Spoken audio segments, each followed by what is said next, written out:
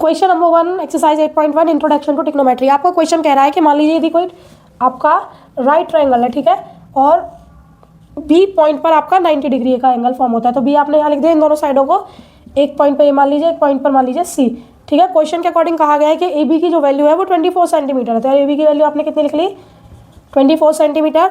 B C आपने लिख लिया 7 सेंटीमीटर। आपसे पूछा गया है कि साइन ए कॉस ए की वैल्यू निकालिए और साइन सी कॉस सी की वैल्यू। देखिए सबसे पहले क्या करना है, क्वेश्चन को सॉल्व करने के लिए आप यहाँ पर देखिए, आपके पास दो साइड तो आपको पता है लेकिन तीसरी साइड नहीं पता।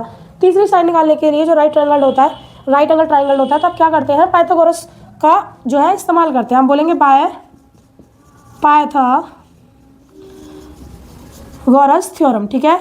आपकी पाइथागोरस थ्योरम क्या कहती है, वो कहती है कि हाइपोटेन्यूस का स्क्वायर बराबर होता है परपेंडिकुलर का स्क्वायर प्लस बेस का स्क्वायर, ठीक है। अब आप इसमें देखेंगे कि परपेंडिकुलर आपका कितना है, आपका ए बी, तो ए बी का स्क्वायर प्लस बेस आपका कितना है, बी सी का स्क्वायर परपेंडिकुलर हाइपोटेनस के स्क्वायर के बराबर होगा।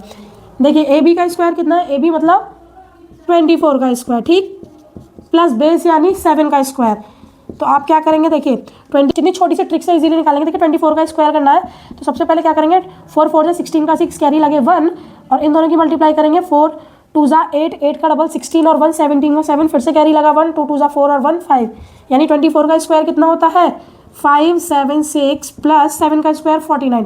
जब आप दोनों को प्लस करेंगे तो आंसर आएगा 6 और 9 15 का 5, कैरी लगा 1, 7 और 1 8, 8 और 4 12 का 2, कैरी लगा 1 5 और 1 6। ये आपका आ गई ए सी स्क्वायर की वैल्यू, ठीक है। हमें चाहिए ए सी, तो ए सी बराबर आप जब इसके फैक्टर करेंगे तो आप देखेंगे होगा 25 इंटू 25, यानी आप इसको लिख सकते हैं 25 का स्क्वायर और स्क्वायर से रूट कट हो जाता है, यानी आपकी ए सी की वैल्यू कितनी आ गई 25 सेंटीमीटर, ठीक, कितनी आ गई 25 सेंटीमीटर। अब आपको क्या निकालना है, साइन ए कॉस ए। देखिए साइन ए और कॉस ए की वैल्यू निकालनी है आपको पहले में, फिर आपको निकालनी है सेकंड में साइन सी कॉस सी, ठीक।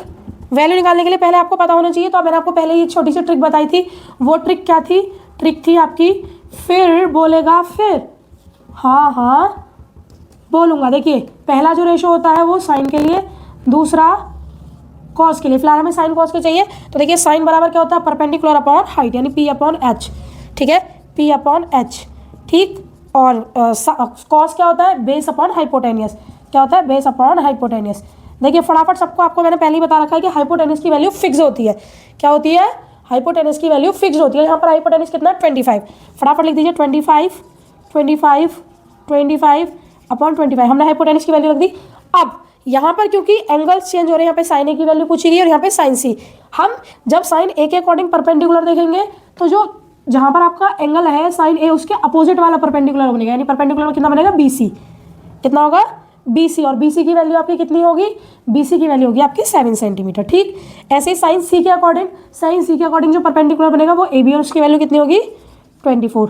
कॉस ए के अकॉर्डिंग जो मतलब ए के अकॉर्डिंग जो आपका बेस बनेगा वो कितना बनेगा, ये रहा ए के अकॉर्डिंग जो बेस बनेगा वो आपका बनेगा, क्योंकि भाई ये तो फिक्स है हाइपोटेनियस और अपोजिट साइड होती है परपेंडिकुलर, तो बेस क्या बनेगा ए बी, कितना है ये आपका 24। और कॉस बी के अकॉर्डिंग क्या बनेगा, कॉस सी के अकॉर्डिंग आपका बेस क्या बनेगा, तो कॉस सी के अकॉर्डिंग आपका बेस बनेगा 7, ठीक है। ये आपका जो पहला क्वेश्चन है कंप्लीट हो चुका है, मुझे उम्मीद है आपको समझ में आया होगा।